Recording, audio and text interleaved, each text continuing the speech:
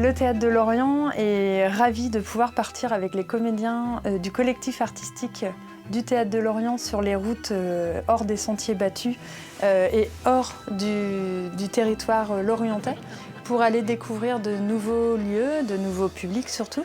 Donc du coup pouvoir décharger tout ce décor et monter les pupitres avec la régisseuse générale, donc Karine Lichtmann, et Valérie Sigvard qui est la créatrice lumière.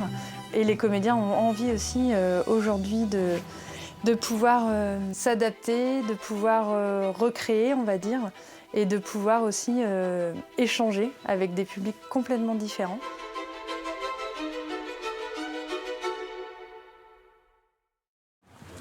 Ah ben voilà une salle à ma mesure.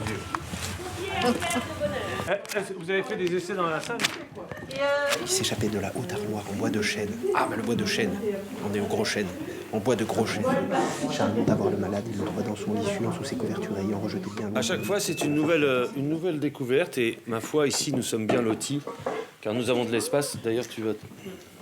Non mais ça va pas, ça c'est pas possible, regarde, moi je suis pas d'accord. Et je pense que... Combien on a de personnes? 500. 553. 550?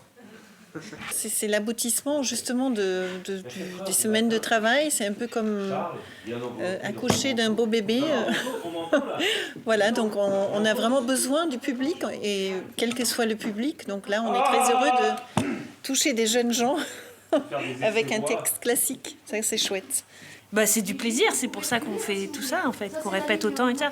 Mais moi j'aime autant les répétitions que les représentations. Mais puis il y a un peu de trac, il y a un peu de tension, et puis ouais, il est temps de passer à effectivement. C'est vachement agréable de le faire devant des jeunes et puis d'en parler après. Un théâtre se doit de rayonner sur sa cité, donc forcément il incarne une ville, il incarne un territoire, il ouvre ses portes quand il peut, il accueille du public, mais ça fait aussi partie de son ADN, de son rôle, d'aller à la rencontre aussi de ce public et peut-être de créer cette relation, un aller-retour. Aller voir pour que les gens viennent voir, établir une relation de confiance, un don contre don. Voilà pourquoi, en tout cas, on décentralise. C'est l'idée vraiment aussi de lutter contre les habitants qui sont éloignés géographiquement, peut-être aussi d'une ville avec une structure culturelle. Quand on est à 1 heure, 2 heures de route, des fois en zone rurale, c'est pas forcément toujours évident. Donc nous, on peut contrer ça en venant jouer justement dans des espaces pas forcément dédiés à l'accueil de spectacles vivants, de représentations théâtrales, mais ça nous permet en tout cas d'aller sur ce territoire. On est donc très content de venir vous présenter Feuilleton Bovary, l'épisode 1 chez vous, donc au lycée le Gros Chêne. Une nuit, ils furent réveillés par le bruit d'un cheval qui s'arrêta juste à la porte. La bonne ouvrit la lucarne du grenier et parlementa quelque temps avec un homme resté en bas dans la rue. Aux angles se dressait l'eau de vie dans des caves. Le cidre doux en bouteille poussait sa mousse épaisse autour des bouchons et tous les verres d'avance avaient été remplis de vin jusqu'au bord. L'hiver fut froid. Les carreaux, chaque matin, étaient chargés de givre, et la lumière blanchâtre à travers eux, comme par des verres dépolis, quelquefois ne variait pas de la journée. Sur la carte, elle faisait les courses dans la capitale. Elle remontait les boulevards, s'arrêtant à chaque angle, entre les lignes des rues, devant les carrés blancs qui figurent les maisons. Il se passait après manger la langue sur les dents. Il faisait en avalant sa soupe un gloussement à chaque gorgée, et comme il commençait d'engraisser, ses yeux déjà petits semblaient remonter vers les tempes par la bouffissure de ses pommettes. Dans la décentralisation, il y a aussi l'objectif de pouvoir créer du lien sur la longueur avec les publics. Ça peut être à travers des rencontres, des ateliers. Ici, on a notamment au lycée de Saint-Yves-de-Gourin un gros projet comité de journalistes en herbe qui est mené depuis 9 ans avec les élèves de seconde en service des territoires et à la personne. Et voilà, cette idée, c'est pas de venir en one-shot et hop, on n'a aucun contact, on n'a aucun échange et puis du coup, ça s'évapore assez vite, quoi. C'est vraiment d'être ancré dans le territoire et de rester en pouvant en effet développer une autre découverte du théâtre, que ce soit pas juste à travers un spectacle, au fait. Beaucoup arrivent, parfois avec une idée un peu poussiéreuse. Et du coup, l'idée, c'est de leur faire découvrir qu'en fait, il y a autant de théâtre qu'il y a de styles de musique. De manière générale, l'ouverture sur les arts, ce ne serait pas leur priorité.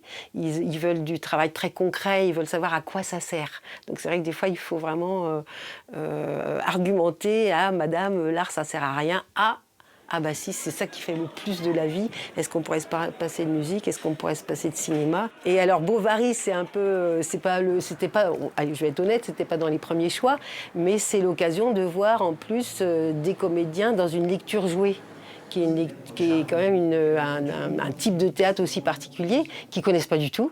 Donc ça, c'est un atout supplémentaire parce qu'ils vont découvrir ce travail au pupitre et ce travail d'élocution et quand même de jeu de personnages, quoi. Et là, c'est Flaubert, donc c'est quand même un monument. Et on ne le déboulonne pas, mais on essaye vraiment de percer le mystère, en fait, de percer le mystère de cette œuvre qu'on enseigne aux pauvres lycéens, de façon hyper sèche. C'est pas du tout ludique, alors que nous, on voit vraiment, on creuse, et du coup, on voit qu'il y a énormément d'humour, qu'il y a énormément d'humanité, mais aussi du cynisme. Et souvent, l'acteur, je trouve que le métier d'acteur est celui d'un traducteur. Il est là pour traduire une œuvre qui est faite pour être lue, en l'occurrence, ou un peu austère, un peu machin, et qui doit l'amener vers du côté de la vie, ou de dire « Ah, d'accord, c'est ça, je l'avais pas vu, je l'avais pas lu ». Nous, on est un peu des traducteurs entre l'auteur et le spectateur. Mais l'idée, c'est aussi de dire, on ne prétend pas restituer l'œuvre en faisant autant de coupes. L'idée, c'est de donner envie aux gens, peut-être après, de se replonger dans la lecture et de se dire, ah d'accord, ok, ils n'ont pas fait cette partie-là, mais de se replonger dans l'œuvre, donner envie de se replonger dans l'œuvre. En plus, du coup, pour le coup, c'est un spectacle de contact, c'est-à-dire, pareil, il y aura une proximité. C'est pas frontal comme dans un théâtre, spectateur. Si on joue dans des salles de classe ou dans des halls de théâtre ou dans des petites salles, il y a un rapport aussi plus intime. Et après, ce qu'on se dit, c'est si ça tient sans rien, sans lumière et sans son, c'est-à-dire si c'est suffisamment fort au plateau, nous on vient, je parle de la lumière et du son. Faut que ça tienne sans rien, sans artifice. Et après, c'est que du bonheur, parce que l'artifice permet d'amplifier ou pas. On fait des choses assez simples aussi en lumière. On n'a jamais des grosses scénographies, jamais des déploiements de projecteurs et des choses comme ça. En général, on les amène vers des spectacles très contemporains. On se dit, bon, on prend un risque, et au fait, ça marche super bien. Donc là, du coup, on prend ce risque-là. Et pour nous, c'est hyper intéressant. Parce que de travailler avec des publics déjà conquis, en relation avec le public, je dirais que ça peut être un peu pour nous plat. Et le fait de pouvoir développer un nouveau public, c'est vraiment ce qu'on cherche en fait. Ils commencèrent lentement, puis allèrent plus vite.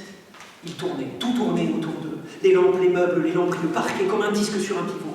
En passant auprès des portes, la robe d'Emma au bas, par le bas s'ériflait au pantalon, leurs jambes entraient l'une dans l'autre. Il baissait ses regards vers elle, elle montait les siens vers lui. Une torpeur la prenait, elle s'arrêta. Ils repartirent, et d'un mouvement plus rapide, le vicomte, l'entraînant, disparut avec elle jusqu'au bout de la galerie. C'est quelque chose que l'on veut vraiment développer. Nous, depuis la nomination de Rodolphe Dana au Théâtre de Lorient, il y a eu des petites propositions hors les murs, pas forcément des grosses propositions, pas forcément des grosses tournées, mais on a fait des petits spectacles dans des lieux communaux, dans des salles des fêtes.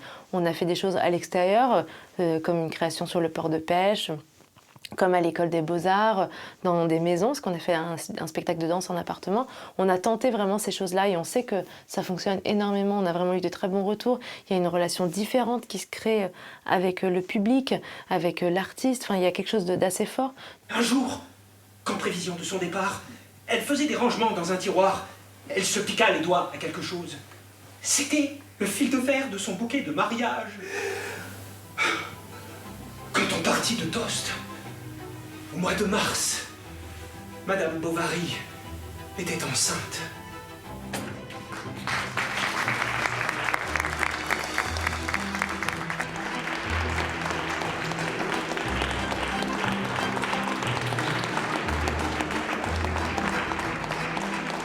beaucoup aimé.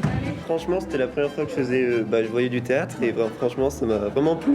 C'est vrai que c'était bien. J'ai beaucoup aimé l'histoire. D'habitude, je suis pas théâtre, mais là, ça m'a beaucoup plu l'histoire. Est-ce que pour vous, il y a trop de descriptions? Non.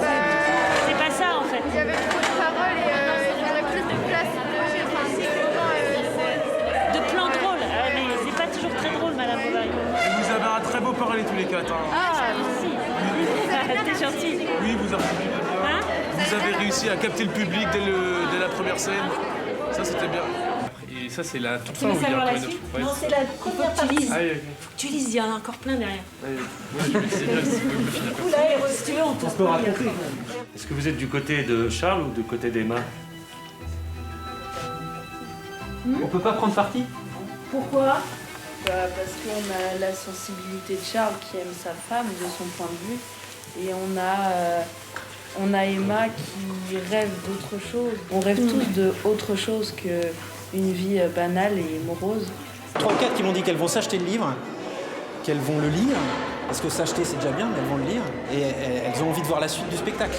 Donc ça, opération gagnée, quoi. C'est génial. Ouais. Nous, on est super contents parce qu'on n'est pas au théâtre et qu'on est hors de nos murs. On a pu quand même exprimer des choses, vivre des choses avec des spectateurs dans des cadres différents. Ça nous permet de rencontrer plein d'établissements, de nouer aussi des partenariats, j'espère, pour le futur, d'établir des liens avec les chefs d'établissement, les profs, pour dire voilà, on a un festival Eldorado, on se recontactera à ce moment-là, on aura plaisir à vous accueillir. Voilà, tisser du lien avec ça et que ça ait du sens sur le long terme, quoi. Franchement, c'est quelque chose que j'ai envie de voir en fait. Donc j'espère que ça leur a fait du bien aussi de rejouer un peu. Et nous, moi, ça fait longtemps que j'avais pas vu une pièce. Et donc c'est vrai que ça fait du bien aussi. Le théâtre relie beaucoup la lecture et c'est très intéressant de voir des livres, des œuvres qui au final sont adaptées et voir comment ils l'adaptent. Surtout sur cette histoire, parce que du coup je veux connaître la fin.